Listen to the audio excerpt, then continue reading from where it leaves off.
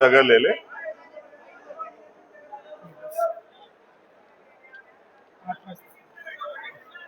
आज हम लोग आगरा में हैं।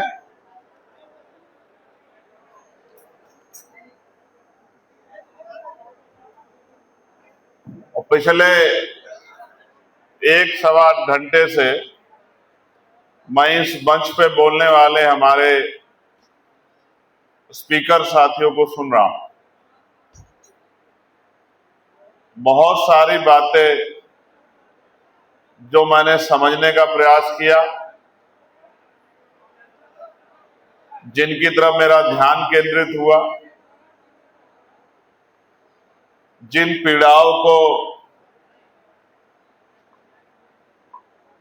मन के भाव को नव जागृति कठेरिया धानुक समाज महासंघ के माध्यम से समाज की समस्याओं को दूर करने का प्रयास किया जा रहा है। इसके लिए मैं नव जागृति कठेरिया धानुक समाज महासंघ को, उनकी पूरी टीम को 8वें स्थापना दिवस के अवसर पे बहुत बहुत बधाई देता हूं, मंगल कामनाएं करता हूं। मेरा बस एक आग्रह है, जो लोग वीडियो बना रहे हैं वो अपनी फ्लैश बंद कर लें। फ्लैश लाइट जलेगी तो एकदम से रिफ्लेक्शन होगा आंखों में। ये 2 लोग जो हैं,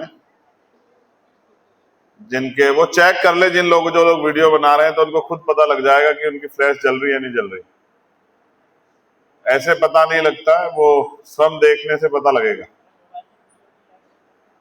फ्लैश बंद कर लो, वीडियो बना लो, रिकॉर्ड कर लो, अपने पास रख लो, बस फ्लैश बंद कर लो। धन्यवाद। मैं अपनी बात को शुरू करने से पहले सभी धर्मों में जन्मे सभी संतों, गुरुओं और महान पुरुषों को नमन करता हूं।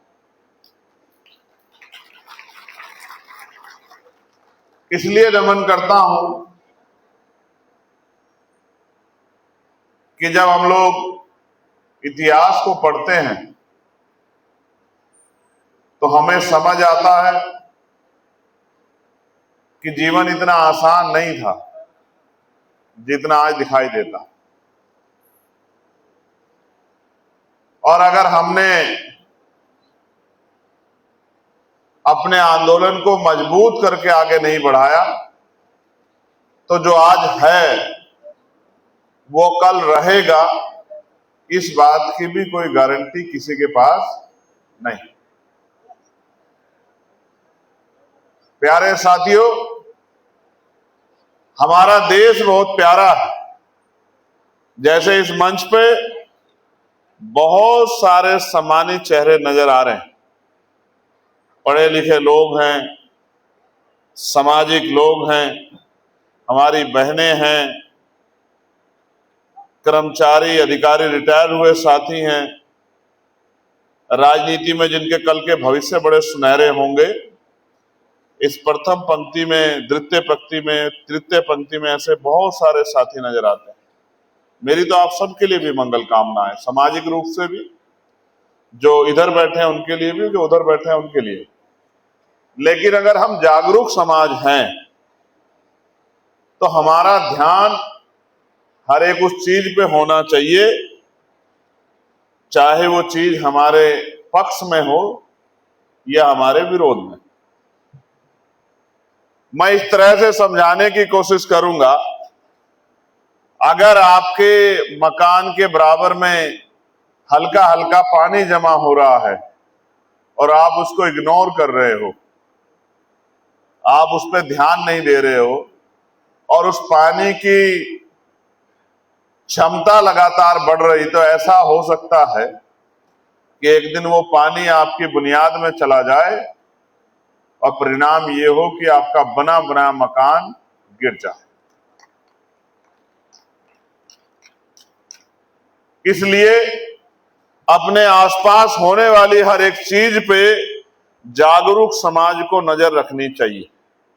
प्यारे साथियों, मैं बड़ा स्पष्ट रूप से ये कहना चाहता हूं, जब सागर भाई और उनकी टीम भाई हिमांशु जी के नेतृत्व में दिल्ली मुझसे आके मिली थी, तो उन्होंने मुझसे आग्रह किया था कि हम नव जागृति कठेरिया धानु समाज महासंघ का स्थापना दिवस मनाना चाहते हैं और आपको मुख्य अतिथि के तौर पर बुलाना चाहते हैं। मैंने इनसे कहा कि भाई उत्तर प्रदेश का चुनाव है, समय थोड़ा सा कम है, तो थोड़ा मुश्किल हो सकता है। इन्होंने मुझसे कहा कि हम उत्तर प्रदेश में ही कार्यक्रम करेंगे, हम आगरा में कार्यक्रम करेंगे। तो मैंने इनसे कहा कि मैं फिर पूरा प्रयास करूंगा कि आपके कार्यक्रम में आके अपने आप को गौरवान्वित महसूस करने का मौका मैं दूंगा। और मैं समझता हूं क्योंकि समाज अभी बटा हुआ है, तो विरोध और समर्थन तो होता ही है। मुझे नहीं पता कि समर्थन में कितने लोग थे और विरोध में कितने लोग थे, मेरी जानकारी में ये बात नहीं। लेकिन मेरी जानकारी में एक ही बात है कि अगर मैं यहां मुख्य अतिथि भी ना होता, मैं आपसे मिला भी ना होता, लेकिन जब आपको मेरी जरूरत होती तो हम सब लोग आपके साथ खड़े होते। इस बात को आप मुझसे पहले जानते। प्यारे साथियों, एक नाम जो है, जो मेरे कानों में गूंजा, पहले अनिकेत जी ने बताया और फिर यहां से सागर जी ने जब अपनी बात रखी, तो आज क्योंकि बहुत महत्वपूर्ण दिवस है, आज शहादत दिवस है रामपाल मंडल जी की। रामपाल मंडल जी जिन्हें 1942 के भारत छोड़ो आंदोलन के बाद 1943 जब वो 19 साल के थे, कितने साल के? 19 साल के। जब वो 19 साल के थे तो उन्होंने इस भारत की आजादी की रक्षा के लिए हंसते हंसते फांसी का फंदा चूमा था। ऐसे महान क्रांतिकारी को, वीर सेनानी को, बहादुर योद्धा को मैं नमन करता हूं, अपनी आदरांजलि अर्पित करता हूं। और मैं यहां आपको यह भी बताना चाहता हूं कि आजाद भारत में जब वोटिंग राइट मिला तो 19 साल के व्यक्ति को वोटिंग राइट नहीं था। या ये समझिए कि आज भी आप लोकतांत्रिक व्यवस्था को देखेंगे तो 25 साल का व्यक्ति विधानसभा का चुनाव लड़ सकता है, लोकसभा का चुनाव लड़ सकता है, लेकिन 19 साल का व्यक्ति चुनाव नहीं लड़ सकता। लेकिन 19 साल का व्यक्ति अपनी मातृभूमि की रक्षा के लिए रामपाल मंडल जी की तरह बलिदान देकर समाज का और देश का नाम गौरव से आगे बढ़ा सकता है। ये हमारे पास उदाहरण है। मैं विश्वास दिलाता हूं कि आज मेरे माध्यम से और आज के बाद इस तमाम ये जो बहुजन शक्ति सामने बैठी, इनके माध्यम से देश रामपाल मंडल जी को भी भूलेगा नहीं। क्योंकि मैं तो जितने क्रांतिकारी मेरी नजरों में आ गए, चाहे वो शहीद करतार सिंह सराभा हो, चाहे शहीद उधम सिंह जी हो, जो नौजवान होते जिन्होंने शहीद आजम सरदार भगत सिंह हो, मैं तो सभी का नाम लेता था। लेकिन मुझे तो आज पता लगा, मेरी जानकारी में तो आज आया कि भागलपुर में भी एक महान योद्धा ने बलिदान दिया था जिनका नाम रामपाल मंडल जी था। बहुत बड़ी बात है, सबको ये गौरव की बात है। जो लोग सवाल करते हैं कि देश की आजादी में हमारा बलिदान कितना है, ये उनकी जानकारी के लिए है कि जब आप सोच रहे थे कि हम लड़ेंगे, तब हमारे परिवार के लोग बलिदान दे रहे थे मातृभूमि की रक्षा के लिए।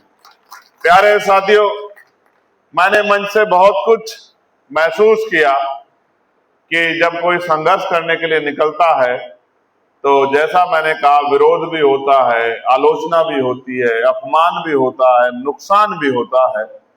लेकिन जो समाज से प्रेम करते हैं, जो दीवाने हो जाते हैं समाज की लड़ाई लड़ने में, वो किसी चीज की परवाह नहीं करते,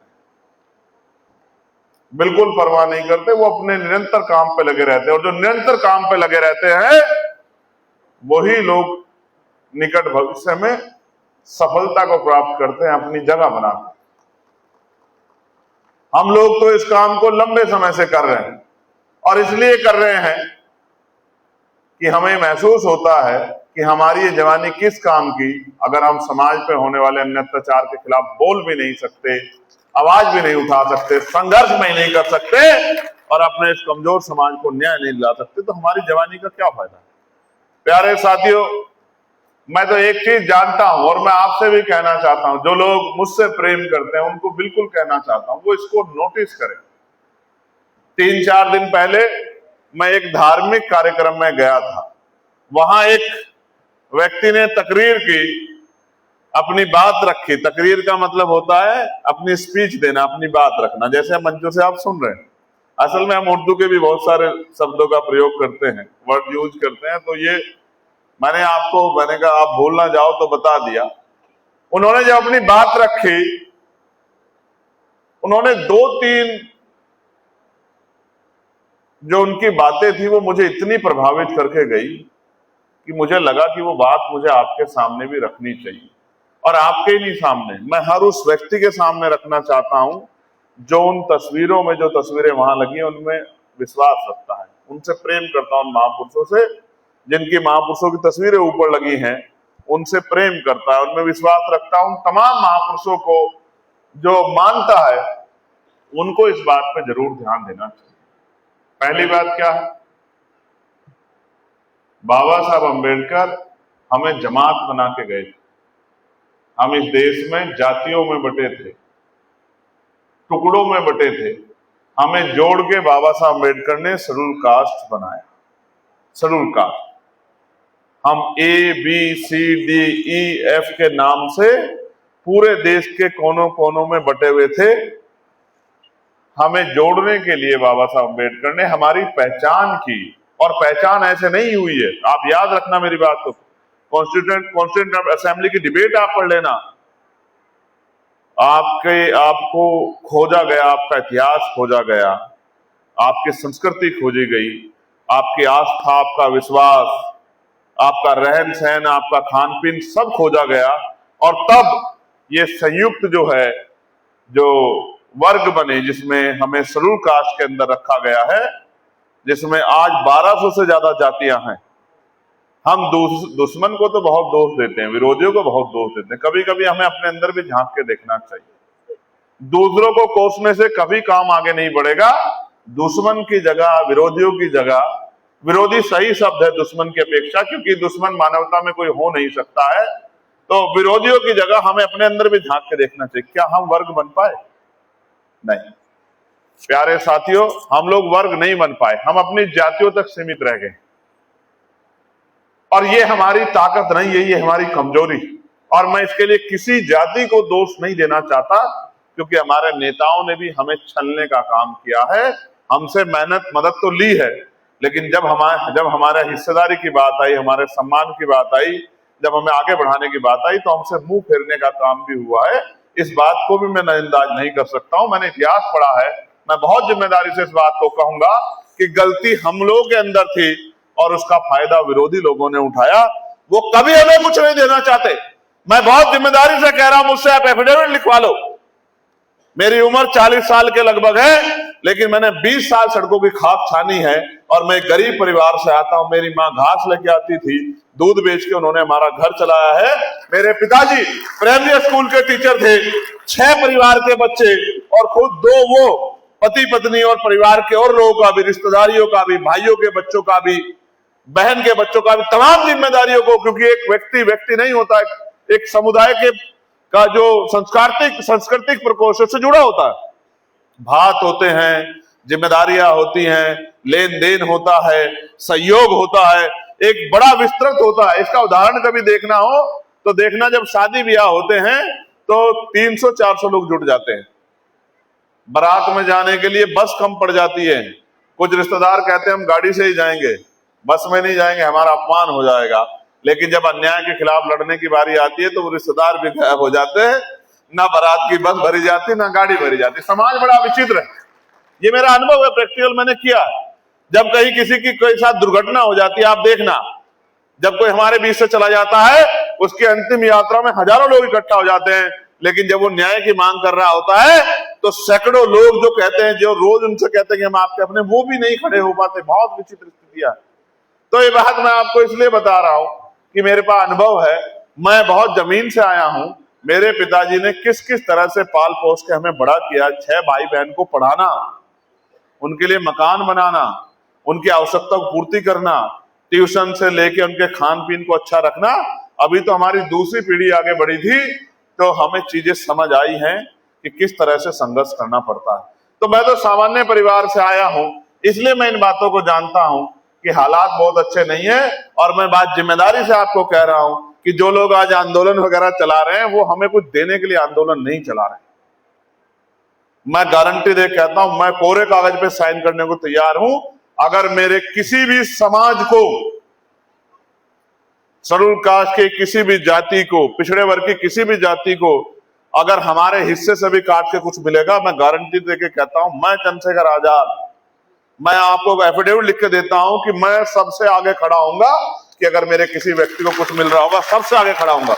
आज मेरी बात को ऑन रिकॉर्ड नोट कर लो। मेरे दो साथी जो बिल्कुल मेरे साथ कंधे से कंधा मिला काम करते हैं, भाई हिमांशु जी और निकेत जी, ये दोनों यहाँ इस बात के गवाह बैठे। हमारे यहाँ मीटिंग्स होती है, चर्चा होती है कि अगर कहीं किसी दिन देने की बात आएगी तो मैं बताऊंगा। क्योंकि मैं इस बात को क्यों कह रहा हूं कि जब मैंने इतिहास पढ़ा है तो मुझे महसूस हुआ है कि कहीं ना कहीं गलतियां हुई, कहीं ना कहीं विरोधाभास पैदा हुआ, कहीं ना कहीं चूक हुई है, कहीं ना कहीं इग्नोर किया गया, उसका खामियाजा हम लोग भुगत रहे हैं।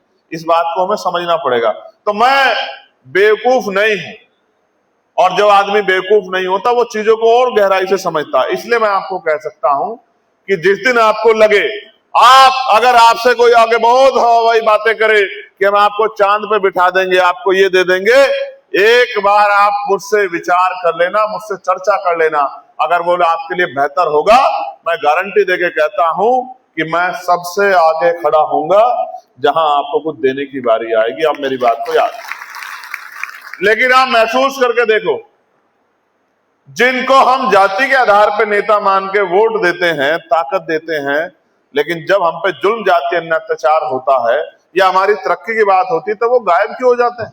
तब उनके मुंह से आवाज क्यों नहीं निकलती? तब वो हमारे साथ क्यों नहीं खड़े होते? तब वो हमारी आवाज क्यों नहीं बनते? तब वो सामने विरोधी के खड़े क्यों नहीं कहते कि इनकी तरफ आंख मत उठाना, मैं बैठा हूं? आजादी के 75 साल बाद भी एनसीआरबी का डेटा उठा के देखो, देश में लाखों महिलाओं के साथ रेप हत्या होती है। मैं आपको एफिडेविट देके कह रहा हूं, आप उनकी जातियां भी चेक कराओ, वो 99.99% SC, ST, OBC और माइनॉरिटी समाज की बेटियां है, बहनें हैं। आप चेक करके देखो इस देश की व्यवस्था। बहुत कुछ हम लोग अपनी आंखों से देख रहे हैं। कुछ लोग कहते हैं कि हम आरक्षण में सुधार करने की कोशिश कर रहे हैं। वही लोग जो आरक्षण को गाली देते हैं, हमारी एकता को तोड़ने के लिए कहते हैं हम आरक्षण में सुधार करना चाहते हैं। कैसा सुधार? कि आरक्षण इनको मिलना चाहिए, आरक्षण उनको मिलना चाहिए। लेकिन जिन लोगों ने, जिन महापुरुषों ने आंदोलन चलाए, समाज को जोड़ने का काम किया, और जो कॉन्स्टिट्यूंट असेंबली की जो पूरी वो है, उनसे विद्वान व्यक्ति नहीं हो सकते हैं। उन्होंने जो चीजें तैयार की है वो इनके मनोभाव को समझ के तैयार की है कि कुछ देने वाले नहीं। मैं इसका एक उदाहरण आपको बताता हूं। मैं जब ये सोच रहा था कि राजनीतिक दल क्यों बना जाए, तो मैं बाबा साहब को स्टडी कर रहा था। तो मैंने देखा कि बाबा साहब तो विद्वान व्यक्ति थे, महापुरुष थे हमारे लिए, हम उनको भगवान का दर्जा लगभग देते हैं। तो बाबा साहब अम्बेडकर ने अपने जीवन में 3 पार्टियां बनाई और कई सामाजिक संगठन बनाए, कई पत्रिका निकाली, कई अखबार निकाले। तो मैंने सोचा बाबा साहब अम्बेडकर बार बार क्यों बना रहे थे भाई पार्टियां? जब उस समय कांग्रेस पार्टी थी, अकाली दल था, मुस्लिम लीग था, लेफ्ट की पार्टियां थी, तो बाबा साहब अम्बेडकर ने दल क्यों बनाया? तो जब मैंने बाबा साहब अम्बेडकर को पढ़ा तो मुझे समझ आया, बाबा साहब अम्बेडकर ये कह रहे हैं कि जिन्होंने सदियों तक हमारी बहनों के तनों पे कपड़े नहीं थे, तन के ऊपर हम पे खाने को अच्छा भोजन नहीं था, हमारे लिए सरकारी विद्यालय नहीं खुले हुए थे, हम पे अच्छे रहने के लिए मकान नहीं थे, हम पे स्वास्थ्य सेवाएं नहीं थी। इतिहास इस बात का गवाह, जिन्होंने नहीं पढ़ी, मैं भोंदुओं से तो डिबेट करने से रहा। कोई आए सांसद किसी पार्टी का, आए राष्ट्रीय अध्यक्ष आकर डिबेट करूं तो मैं डिबेट में जवाब दूं। कोई आरक्षण पे कर ले डिबेट, कोई किसी भी चीज पे डिबेट कर ले, कोई आए तो बराबरी का तो हो मुकाबला। अब बताओ, जो जिसका मुकाबला हमारा जिला अध्यक्ष का, उनसे थोड़े डिबेट करूंगा मैं, है भाई, उनसे तो नहीं करूंगा। ये तो अनिकेत कर लेगा, हिमांशु, ये दोनों हमारे नेता, ये चकसाब कर लेंगे, तो यही लोग कर लेंगे अगर किसी डिबेट करनी हो। तो आप महसूस करके देखो कि इतनी बुरी स्थिति के बाद भी हमारे लिए किसने कुछ नहीं सोचा। हमारे ही महान पुरुषों को खड़े होना पड़ा, लड़ना पड़ा, अपमान सहना पड़ा, आरोप सहने पड़े, आलोचना सहनी पड़ी, और कई बार तिरस्कार, बहिष्कार तक का सामना करना पड़ा, तब जाके हमें इस देश में जो मिला है, तब जाके हमें मिला है। इसलिए मैं समझता हूं कि बाबा साहब अम्बेडकर ने कहा कि भाई ये लोग ना आपको जीते जी कुछ देंगे, ना मरने के बाद कुछ देंगे। इसलिए मैं चाहता हूं कि अब मैंने आपको वोट का अधिकार दे दिया है, अब आप अपना दल बनाओ, दल बनाओ, और दल बना के बल पैदा करो, और बल बना के अपनी समस्या का हल करो।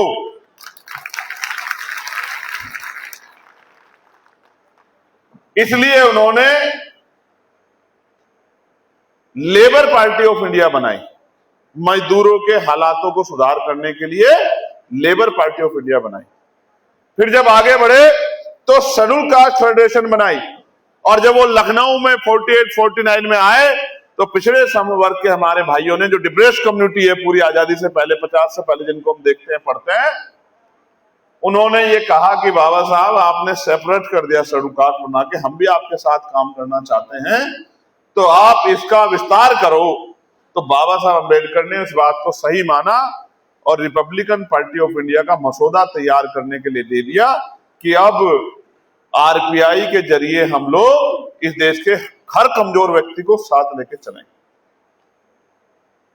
इतना कुछ देने वाले, इतनी कुछ जो है देश के लिए बलिदान देने वाले, महिलाओं के लिए, मजदूरों के लिए।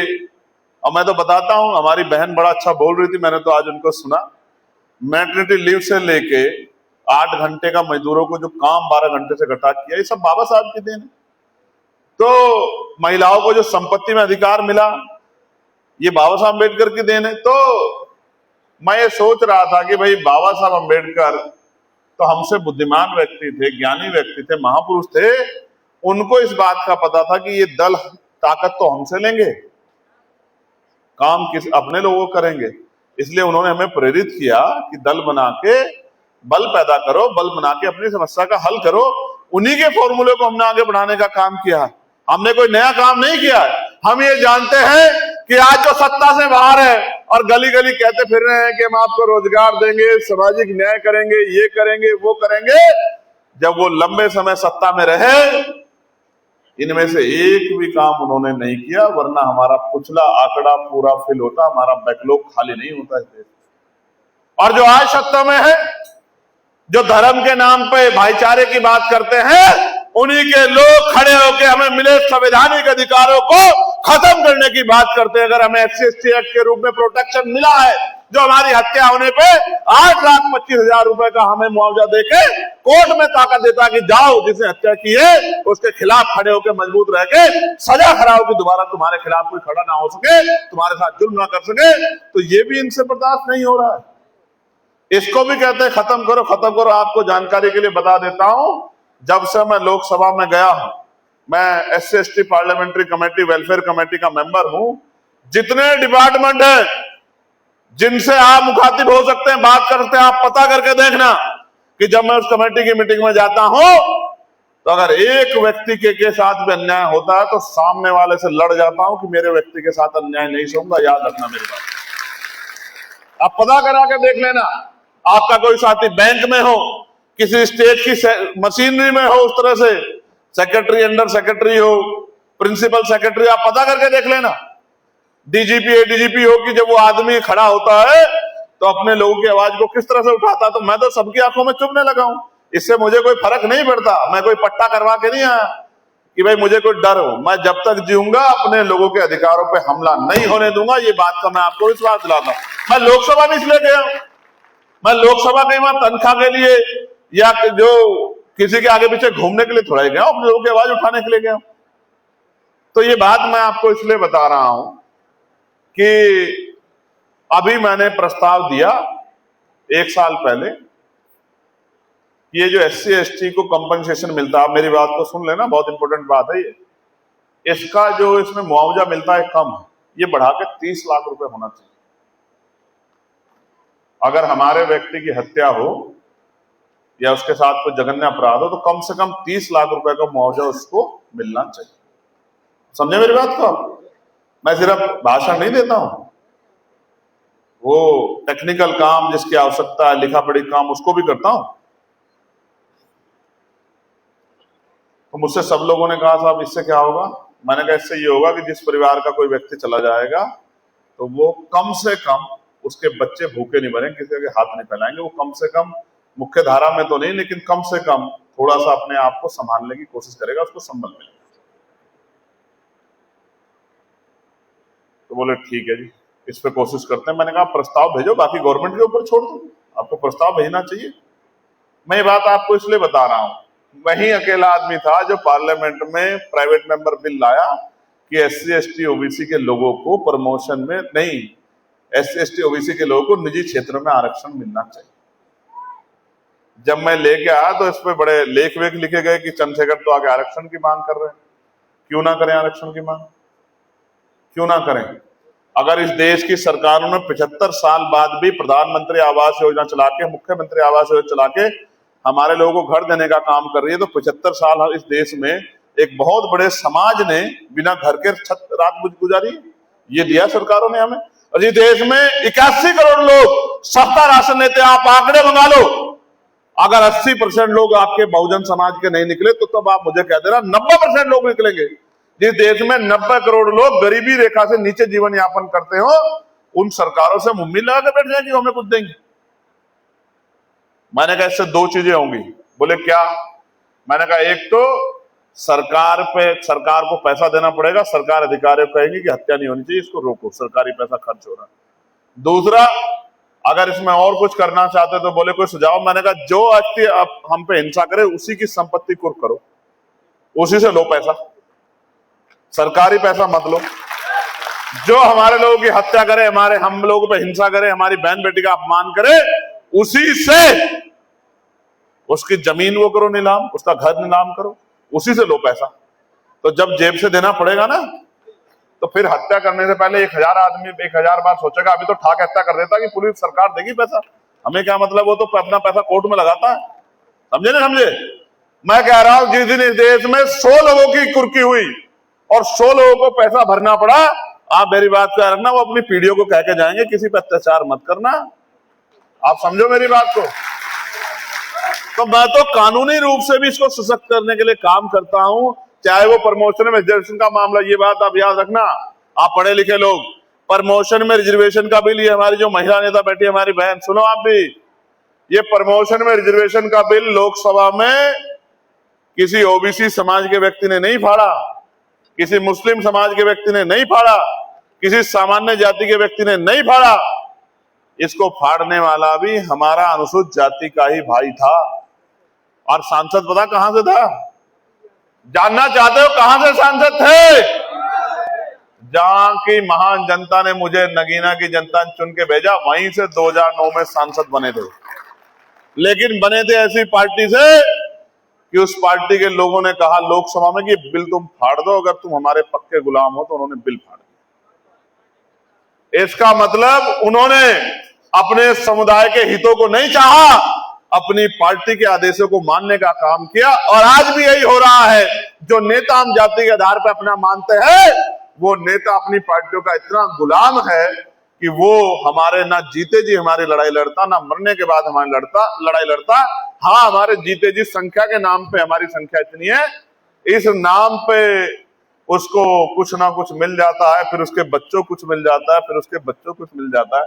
अभी ऐसा हुआ कि मेरे पास कुछ लोग आए कि साहब एक विधानसभा है रिजर्व, हम ये चाहते हैं कि आप अपनी पत्नी को लड़ा दो, जीत जाएंगे उसको 10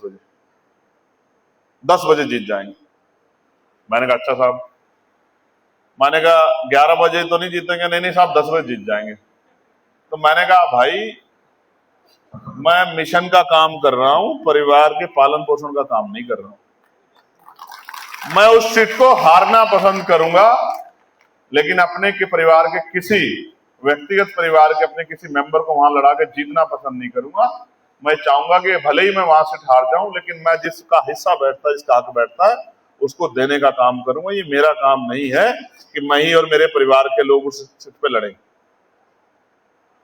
बहुत कुछ है जो जानना, पहचानना, समझना। मैं बस आपसे कह रहा हूं, अगर आप पढ़ लिख लिए हैं, जो लिखा हुआ है उसको पढ़ने लगे हैं, और जो मन में आ रहा है उसको लिखने लगे हैं, और जो दिख रहा है उसको देखने लगे हैं, और जो दिख रहा है उसके खिलाफ बोलने लगे हैं, सुनने लगे हैं, सुनाने लगे हैं, तो अब महापुरुषों से गद्दारी मत करो, अब तो एकजुट हो जाओ। और मैं केपी सिंह जी की बात को आगे बढ़ाता हूं कि पहले अपने यहां रोटी बेटी का रिश्ता करो, फिर दूसरे की तरफ उंगली उठाओ। पहले जमात बनो, भाईचारा बनाओ अपने लोगों में। बाबा साहब अम्बेडकर ने तो लिखी एनिहिलेशन ऑफ कास्ट है, किसी शंकराचार्य ने थोड़ा ही लिखी है। वो तो कहते हैं इससे पता नहीं क्या उनके डायलॉग है कि इससे वर्ण वो हो जाएगा, पता नहीं क्या क्या कहते, मैं ज्यादा उन पर ध्यान नहीं देता। वर्ण संकर हो जाएगा अगर आप अंतरजातीय विवाह कर लेंगे, ये एकदम कहते हैं कि वर्ण संकर हो जाएगा। भाई ये तो धर्म में वो नहीं है। उनके हिसाब से तो ये समझिए कि आप जो माँ बाप तय कर दें या जो समाज तय कर दे वही सही है, और वो सारी बातों का के लिए जिम्मेदार ईश्वर को ठहराते हैं कि जोड़ियां ऊपर से बनती है, ईश्वर ने तय किया है कि इनमें ये पोथियों में सब लिखा हुआ है, कौन कब पैदा होगा, कहाँ पैदा होगा, वो पूर्व जन्म है, भाग्य है, और कब मरेगा, किससे शादी होगी, सब आपके उसमें लिखा हुआ है, पहले से लिखा हुआ है, यही बताते हैं। लेकिन वो कहते हैं कि वर्ण संकर हो जाएगा अगर आपने अंतरजातीय विवाह कर लिया। और बाबा साहब अम्बेडकर क्या कहते हैं कि अगर आपको जातियों को तोड़ना है, जाति विहीन समाज बनाना है, तो आपको अंतरजातीय विवाह करना पड़ेगा। तो हमें देखना है कि क्या हम अपने महापुरुषों की विचारधारा पे खड़े हैं या नहीं खड़े हैं। अगर हम अंतरजातीय विवाह नहीं कर रहे तो हम तो वर्ण संकर होने का डर लेके बैठे हैं जी। तो ये तो हमारे महापुरुषों की बात नहीं थी। इसलिए मैं आपको कहना चाहता हूं कि महापुरुषों को पूजने से काम नहीं चलेगा, उनका जयकारा लगाने से काम नहीं चलेगा। महापुरुषों ने जो रास्ता दिखाया है, उनके विचारों को आत्मसात करके उन पर चलना पड़ेगा, और अपने परिवार को, अपने साथियों, रिश्तेदारों को चलने के लिए प्रेरित करना पड़ेगा। बाबा साहब कहते थे, मैं मंदिरों में नहीं, मैं किताबों में हूं, मुझे पूजने की नहीं, मुझे पढ़ने की आवश्यकता है। संत गाडगे जी महाराज हो, नारायण गुरु हो, राष्ट्रपिता ज्योतिबा फूले हो, छत्रपति साहू जी महाराज हो, छत्रपति शिवाजी महाराज हो, मान्यवर काशीराम साहब, सबने यही कहा। आप भी नायक पूजा करने लगे हो, आते हो मेरे पैर छूते हो और मुझसे कहते हो कंधे पे हाथ रख दो। मेरी हाथ में कोई जादू है ही नहीं, और मैं पैर में कुछ रख के लाता ही नहीं जो आप उठा के ले जा लोगे, जिसको छू के आप बड़े नेता बन जाओगे, बहुत ज्ञानी बन जाओगे। किताबें नहीं पढ़ोगे तो कुछ भी नहीं बनोगे, समझे। तो ये पैर छूना, दंडवत होना, सर पे हाथ रखवाना, और इसको हमारे यहां महापुरुषों की लिखी किताबों में चाटुकारिता कहते हैं। चाटुकारिता कुछ लोग तो मन से प्रेम की वजह से करते हैं वीरू, लेकिन ये इसको चाटुकारिता कहते हैं, नेता को खुश करना। मैं वो नेता हूं जो इन चीजों से खुश हो जाऊं, है जी, और ना ही मैं अपने महापुरुषों के विचारधारा के खिलाफ हूं। मैं तो ये जानता हूं कि मिशन में नायक पूजा मिशन को बर्बादी की तरफ ले जाती है, इसलिए नायक पूजा मत करो। जो मैं कहता हूं उस पर खड़े हुआ करो, वो काम किया करो, फिर आप देखो आपकी तरफ। मैं आज कह रहा हूं और एफिडेविट लिख के कह रहा हूं, लिख लो, जिस दिन ताकत बन जाएगी आपकी तरफ, कितना भी बड़ा सामंतवादी क्यों ना हो, जब आप गुजरोगे तो घूर के नहीं देख पाएगा आपको। मेरी बात को आप याद रखना।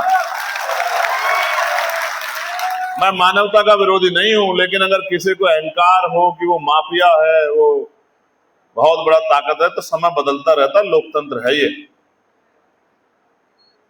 आपकी तरफ और जो हमारे माथे का गौरव है, हमारी बहन बेटियां, उनकी तरफ तो आंख उठाना ये तो सपने में भी नहीं सोच पाएगा कोई। देखो, इतनी सरकारें आई, मैं किसी पर टिप्पणी नहीं कर रहा हूं, लेकिन आज भी अन्याय होता है ना। मैं आज आपसे कह रहा हूं मेरे लोगों, 1 महीने के लिए ताकत मेरे हाथ में दे दो। अगर जिस दिन ताकत मिलेगी और 1 हफ्ते के बाद उस पूरे 1 महीने, उस बचे हुए 23 दिन में अगर आपके ऊपर किसी ने आंख उठा दी और वो रात को अपने घर सो गया, तो मैं लिख कर देता हूं, राजनीतिक इस्तीफा दे दूंगा। एफिडेविट दे कह रहा हूं, लिखवा लो मेरे लोगों। आज कह रहा हूं, अगर वो 7 दिन के बाद, प्रक्रिया में आने के बाद, अगर उसने 23 दिन में अन्य अत्याचार किया और रात को वो घर सो गया, तो मैं आपको लिखकर कह रहा हूं, मैं उस दिन इस्तीफा देकर, राजनीतिक इस्तीफा देकर राजनीति छोड़ दूंगा, घर बैठ जाऊंगा। मैं फिर कह रहा हूं, ये आपका 24 कैरेट है हर चीज में। आप इसको, मैं फिर आपसे कह रहा हूं, हमें तो लड़ना कितने लोगों से पड़ रहा है, मैं आपको बताता हूं। देखो सुनो, जैसे हमने एक साहब को आए, वो कि साहब मैं लड़ना चाहता हूं, हमने उनको अवसर दे दिया। अब वो अवसर दे दिया तो बेचारे, अब उनका कोई कहीं से कोई ऑफर कुछ आया होगा, या कोई और डरा भी देती है सरकार। उन्होंने अपना लिख दिया इस्तीफा भी 2 दिन पहले कि साहब नहीं दे रहे।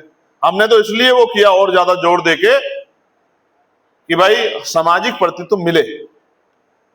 हमने पहली लिस्ट में धानुक समाज के 2 से 3 लोगों को अवसर दिए, ठीक है, जिनमें निकेश जी यहां बैठे हुए, और वाल्मीकि समाज के भी भाइयों को अवसर दिया, कोरी समाज के लोगों को भी अवसर दिया, पासी समाज के लोगों को भी अवसर दिया। कोशिश की है, जिस समाज का नेतृत्व हम पे आ गया है और वो संघर्ष करा, जीतने की तरफ बढ़ सकता है, उसको ताकत देने का काम पहली लिस्ट में हमने किया है। आप चेक कर लेना हमारी लिस्ट को। और ओबीसी समाज के लोगों को भी, हम पे तो बहुत चर्चा हुई कि एक भी टिकट सामान्य जाति को नहीं दिया। भैया, टिकट देने की बात नहीं है। क्या वो हमारे विचारों से सहमत हैं? क्या वो सामाजिक न्याय से सहमत हैं? क्या वो हमारे लोगों, हमारी ताकत लेके हमारे लोगों के लिए काम करने के लिए तैयार हैं? क्या वो फूले, साहू, अंबेडकर, पेरियार को के आदर्शों को मानने को तैयार हैं? जो ऐसा हो सामने आ जाए, सामने आ जाएगा तो हम गारंटी देते हैं, मुझको साथ खड़े होकर उसको जिताने के लिए एडी चोटी का जोड़ लगाएंगे, आए वो सामने। लेकिन हम तो जानते हैं ताकत आप हमसे लोगे और काम आप कर नहीं पाओगे, क्योंकि अपने समाज के खिलाफ नहीं जा पाओगे। तो हमने तो ये किया। तो चलाई खबर की साहब, कासगंज में एक बच्चे के साथ अन्याय हुआ, वहां आने से मना कर दिया। उन्होंने नहीं चलाई, मीडिया के लोगों चलाई।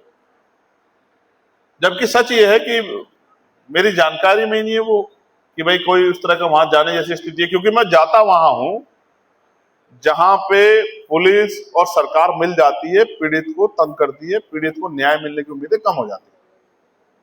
और मैं नहीं पूछता जाती है, मैं आपको विश्वास करो, हिमांशु जी यहाँ गवाह है, हम गए थे केतन के, हमने नहीं पूछी जाती।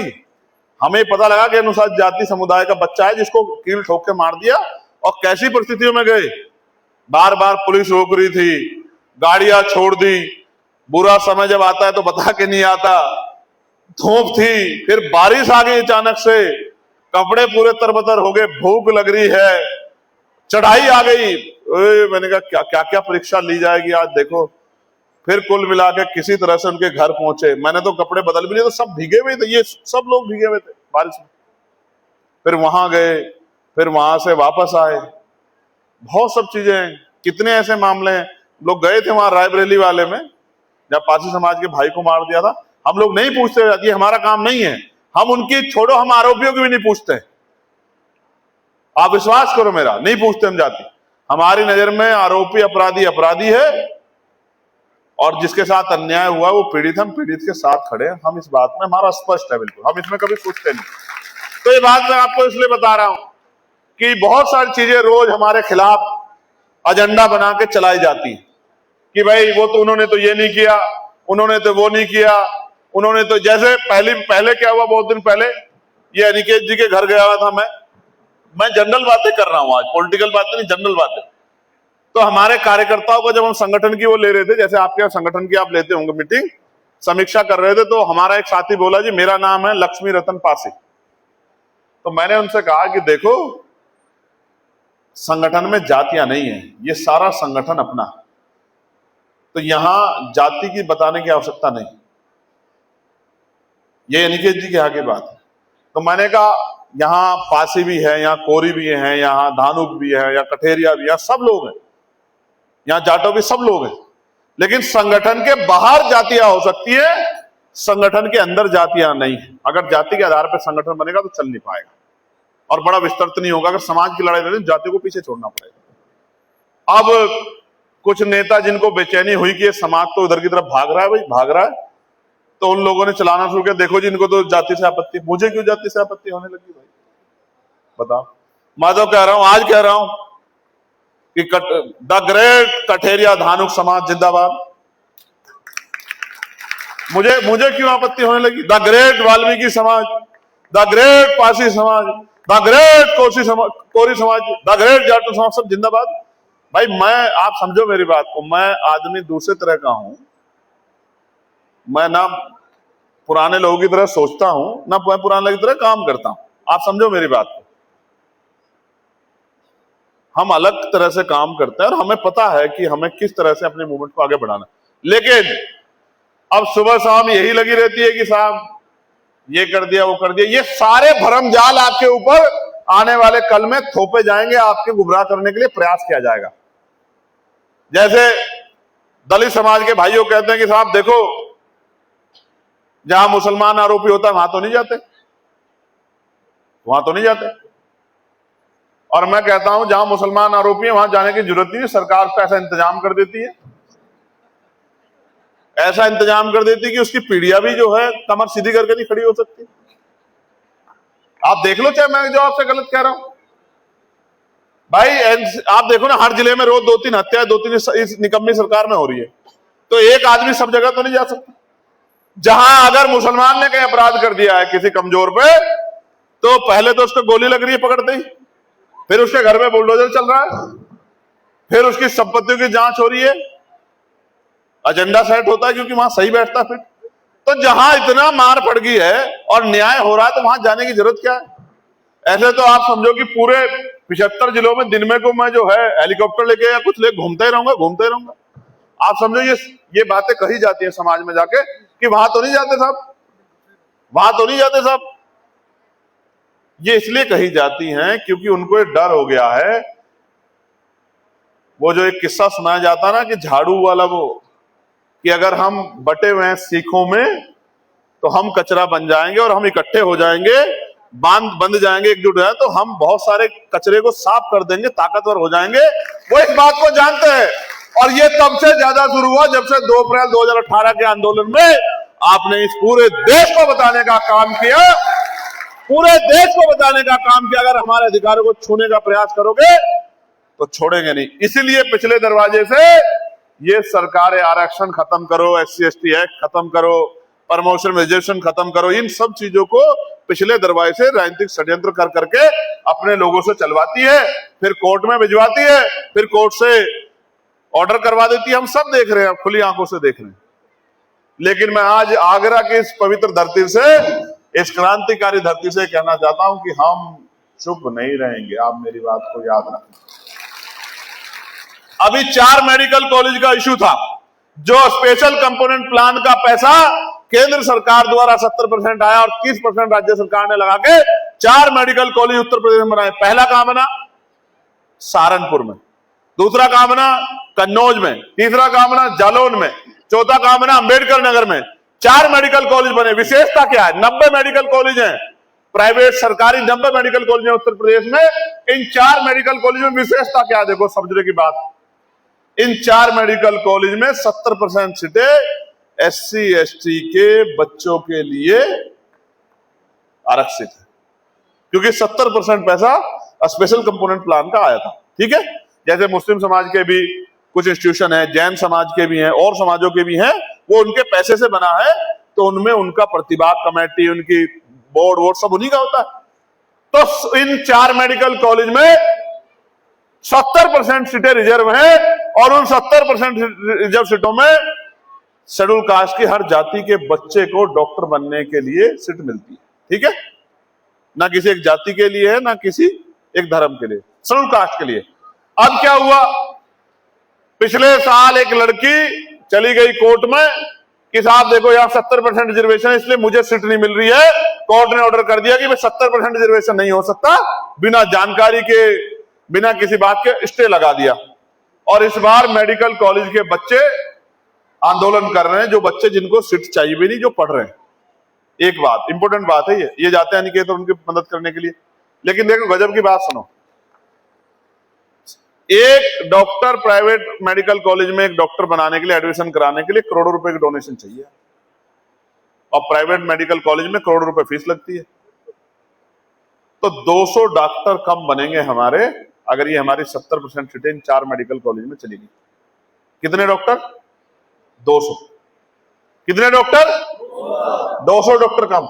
लेकिन आप अपने दिल पे हाथ रख के बताओ, जो ठेकेदार बने हुए हमारे जाति के आधार पे, जो सरकार कहती है कि भाई हम दलितों के, पिछड़ों के हितैषी हैं, बताओ हमारे 200 डॉक्टर हमसे छीने जा रहे हैं, क्यों नहीं उनके मुंह से आवाज निकल रही है भाई? क्यों नहीं निकल रही? 69,000 शिक्षक भर्ती में 20,000 पदों पे जो घोटाला हुआ, हमारे 20,000 टीचर जो बनते हैं SC ST OBC के, वो घोटाला आपने कर दिया। मैं ये बात समझाने की कोशिश आपको कर रहा हूं कि हम मिलके भी 200 करोड़ रुपए इकट्ठा नहीं कर सकते हैं। जितने लोग हम यहां मौजूद हैं, अगर हम मिलके एक एक पैसा भी जुटाए तो 200 करोड़ रुपए इकट्ठा नहीं कर सकते भाई। लेकिन 200 करोड़ जो इकट्ठा करके 200 डॉक्टर बनाने का प्रयास हम करेंगे, वो ताकत हमसे छीन ली गई, सिर्फ और सिर्फ ये दिखा के कि हिंदू हिंदू भाई भाई। हम तब तक भाई हैं जब तक हम आपकी पार्टी को वोट कर रहे हैं, आपके साथ धर्म का नारा लगा रहे हैं, आपके कैसे मुसलमानों के सामने तन के खड़े होकर लाठी डंडे लेके खड़े हैं। लेकिन जब हमारे बच्चों के हक अधिकार की बात आएगी तो मुसलमान नहीं आ रहा वहां आरक्षण का आंदोलन के खिलाफ आंदोलन करने, SC ST एक्ट के खिलाफ आंदोलन करने। SC ST एक्ट उस पर लगता है जो अपराध करता है, जो अपराध नहीं करता उस पर SC ST एक्ट नहीं लगता। और ताकतवर लोग SC ST एक्ट का दुरुपयोग कर सकते हैं, कमजोर नहीं कर सकता है। हमारा तो 90% समाज कमजोर है। ठीक है, हम तो थाने में जाते डरते हैं हमारे लोग, अब तो जाने लगे। ये जब से भीम आर्मी के लोग काम करने लगे हैं, ये नव जागृति कठेरिया धानुक समाज महासंघ के लोग काम करते, तब से थाने में जाके आंख से आंख मिला के बात करने लगे। ऐसा चलो क्यों भाई FIR क्यों लिखी? वो कहता है कि जी लिख रहे हैं। कब लिख रहे हो? FIR लिखो इनकी, FIR लिखो और बताओ गिरफ्तारी कब करोगे, वरना आंदोलन हो जाएगा। तो कहते हैं यार ये नीले पटके वाले हैं तो FIR लिखनी पड़ेगी। समझ रहे हो? लेकिन सोचो जब ये नहीं थे संगठन, तो जिन नेताओं को वोट कहते थे वो कहते हमारी सरकार नहीं है। भाई सरकार नहीं आएगी तो क्या समाज को बढ़ने के लिए छोड़ दिया जाएगा? नहीं, सरकार नहीं है तो सड़कों पे लड़ेंगे, आवाज उठाएंगे, आंदोलन करेंगे, मूवमेंट चलाएंगे। और जिस दिन सरकार आएगी, मैं गारंटी से कहता हूं थाने का दरवाजा नहीं देखना पड़ेगा मेरे लोगों, मेरी बात को आप याद।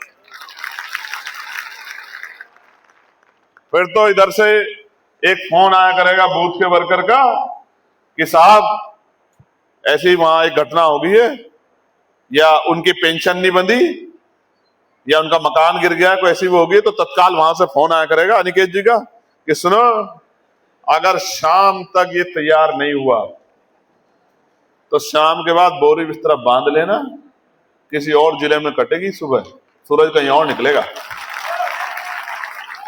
तो फिर वो क्या करेंगे? वो करेंगे जो हाथरस के समय हमने देखा, जब हम हाथरस के परिवार से दूसरी बार मिलने के लिए गए तो बड़े बड़े गड्ढे हो रहे थे, गंदगी पड़ी हुई थी। रात को 1:30 बजे हिमांशु जी ने मुझे उठाया कि भाई साहब कुछ देखोगे उठ के? मैंने क्या कि वो सेक्रेटरी भी आ गया, ADM भी आ गया, SDM भी आ गया, प्रधान भी आ गया, और रात को सड़क बना रहे हैं। भाई साहब आओ दिखाता हूं आपको। मैं उठ के गया 2:30 बजे, तो सड़क बन रही है।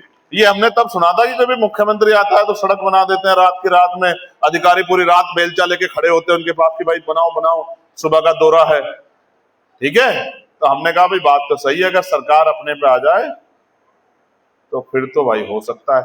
मैं आज आपको कह रहा हूं, ये जो हमारे साथी स्कूल ठीक करो आंदोलन चला रहे हैं, तीन साल पहले अधिवेशन में मैंने भीम आर्मी के साथियों को कहा था कि आप 1 लाख पाठशालाएं देश के अंदर खोलो दिल्ली से, क्योंकि शिक्षा के हालात बहुत खराब। और आप जानते हैं ये तो बेचारे अब आंदोलन चला रहे हैं। जब से मैं सांसद बना हूं लगातार कॉलेजों का दौरा करके, कॉलेजों में किस तरह के, स्कूलों में किस तरह की व्यवस्था है उनकी जांच करके, जो नहीं होती अपने आप से भी करता हूं और अधिकारियों को कह के वो करवाने की कोशिश करता हूं। और 6 महीने पहले से मैं सबसे कह रहा हूं कि कक्षा 1 से 12 तक की पढ़ाई मुफ्त करो और क्वालिटी एजुकेशन दो। हमारा बच्चा सरकारी स्कूल में जहां 6 सब्जेक्ट है और 2 टीचर हैं, बिल्डिंग का ये नहीं पता, कभी बच्चा किताब की तरफ देखता है, कभी बिल्डिंग की तरफ देखता है कि कब बिल्डिंग ऊपर से गिर जाएगी। पसीने में लथपथ है, कमर में बैग डाल के कई किलोमीटर जाके जो है स्कूल पहुंचने का काम कर रहा है। रास्ते खराब हैं, 1-1 फीट गारा हो रहा है और कोई पूछने वाला नहीं है। बस मिड डे मील का खाना खिला के, वो भी पानी वाला खाना खिला के, और ये दिखाते हैं कीड़ों वाला खाना खिला के कि बहुत अच्छा काम कर रहे हैं।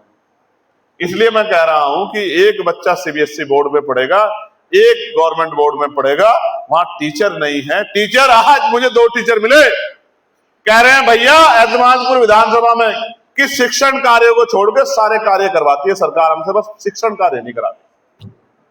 और हम नौकरी लगे हैं, महापुरुषों कर्ज उतारना चाहते हैं, अपने बच्चों को पढ़ाना चाहते हैं, लेकिन हमसे सारे काम करवाती, बस शिक्षण कार्य नहीं करवाती सरकार। तो भैया कोशिश करो कि राज्य में आ जाओ, हमें पढ़ाने का मौका दो।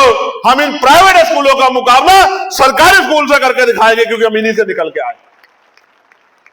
इसलिए कह रहा हूं, जब तक शिक्षा नहीं लोगे, जब तक सामाजिक जिम्मेदारियों को नहीं समझोगे, और जब मैं अपनी बात को खत्म करने की तरफ आगे बढ़ रहा हूं, तो एक बात मैं आप सबसे कहना चाहता हूं। 100 आरोप लगेंगे, 100 तरह की बातें की जाएंगी, लेकिन जब भी कोई बात हो धैर्य रखकर इंतजार करना। जब जब मेरी कलम उठेगी वो आपके पक्ष में उठेगी, कभी मेरी कलम आपके खिलाफ नहीं उठेगी। मेरी बात को आप याद रखें। दूसरी बात जो अति महत्वपूर्ण है वो ये है, आप बहुत पैसे वाले हो सकते हैं, बहुत पढ़े लिखे हो सकते हैं, आप देखने में बहुत सुंदर हो सकते हैं, शरीर में बहुत बलवान हो सकते हैं, आप बड़े व्यापारी हो सकते हैं, आप पे बहुत जमीन हो सकती है, आप बहुत बड़े अधिकारी हो सकते हैं, अगर आप समाज से जुड़े हुए नहीं हैं, अगर आप बुरे वक्त में समाज का हाथ नहीं पकड़ते हैं, अगर आप समाज के दुख सुख में नहीं खड़े हैं, तो समाज के लिए आपका कोई योगदान नहीं है, तो समाज को आपकी कोई जरूरत नहीं।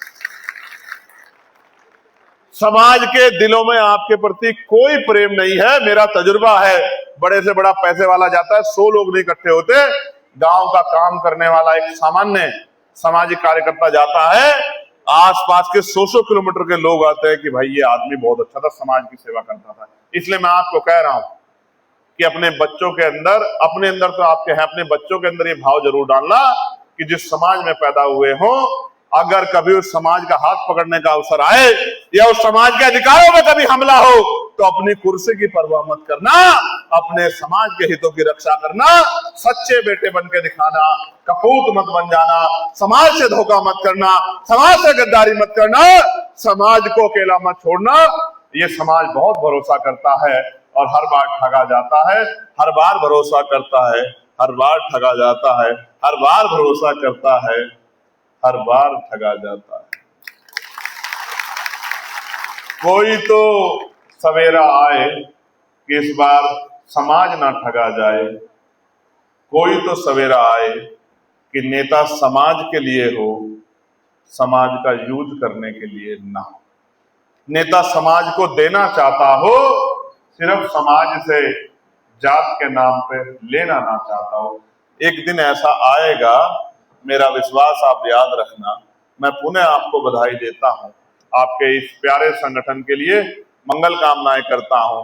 और आप कह रहे थे कि भाई हम खून देंगे, विश्वास करो अब जो आने वाला समय है वो आपका, उसमें आपका खून बहाने के लिए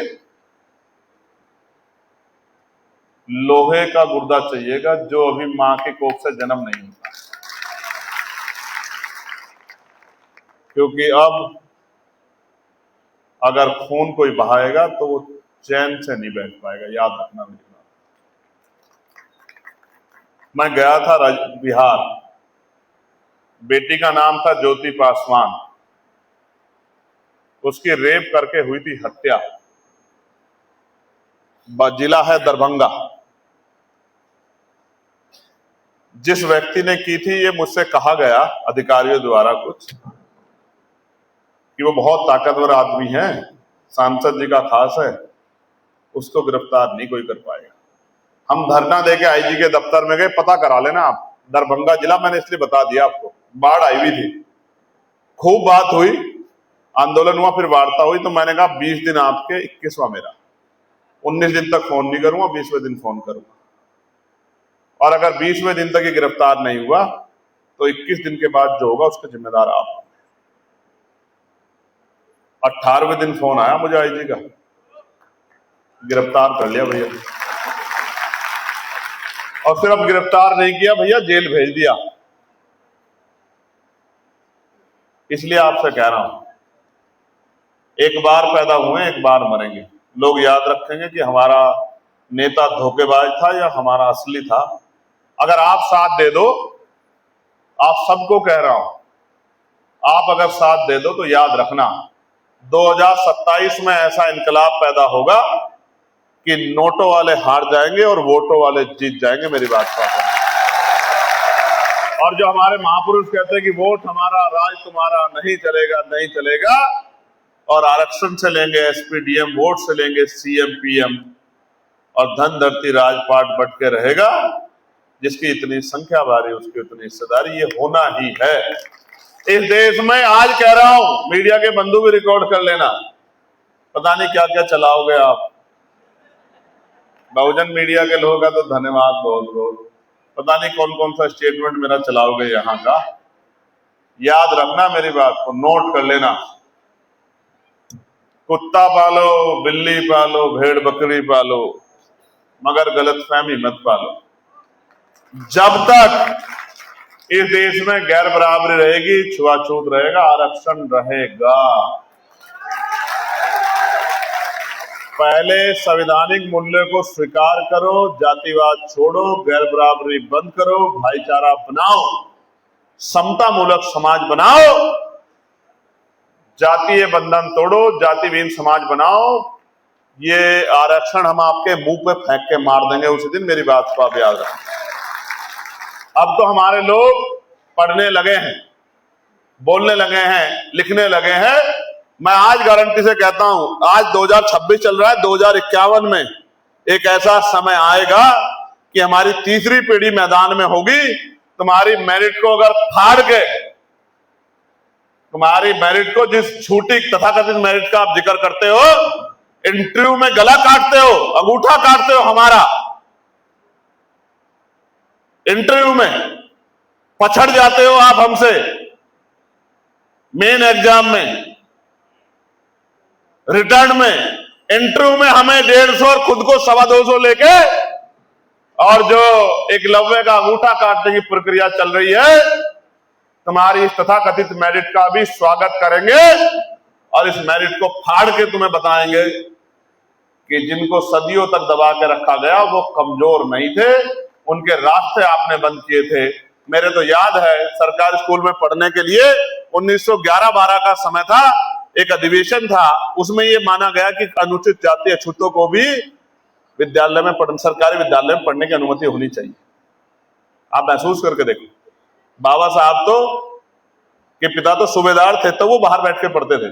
जिनके पिता सूबेदार नहीं थे, इसके सागर के बाबा, मेरे बाबा जो खेतीहार मजदूर थे, वो कहां पढ़ते होंगे भाई। मेरे पिताजी 12वीं तक मुझे बताते थे, मेरे मित्र हो गए थे अंतिम समय में, वो 12वीं तक मेरे पिताजी कहते थे कि 12वीं में पहली बार मेरे पास पजामा आया चंद्रशेखर। 11वीं तक मैंने पट्टू के कच्चे से थोड़ा सा बड़ा कच्चा होता था, 11वीं तक उसमें पढ़ाई की है। और 12वीं के बाद जब मैं पढ़ने के लिए गया देहरादून तेरे ताऊजी के पास, तब मेरे पास पहली बार पजामा आया, पैंट भी नहीं।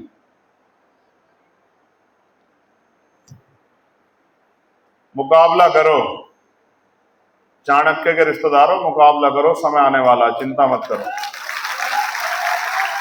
राजनीति में भी पछाड़ेंगे, एजुकेशन में भी पछाड़ेंगे, नौकरी में पछाड़ेंगे, लेकिन जैसा बाबा साहब ने कहा था, हम प्रथम और अंतिम भारतीय हैं, इस देश की मिट्टी के कण के लिए अपने प्राणों का बलिदान दे देंगे, झुकेंगे नहीं। बहुत बहुत धन्यवाद।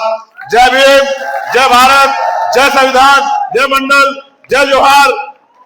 भारतीय संविधान जिंदाबाद, कमजोर किसान मजदूर जिंदाबाद, नव जागृति कठेरिया धानुक समाज महासंघ जिंदाबाद, और मेरी माताएं बहनें बुजुर्ग नौजवान साथी सब जिंदाबाद। धन्यवाद।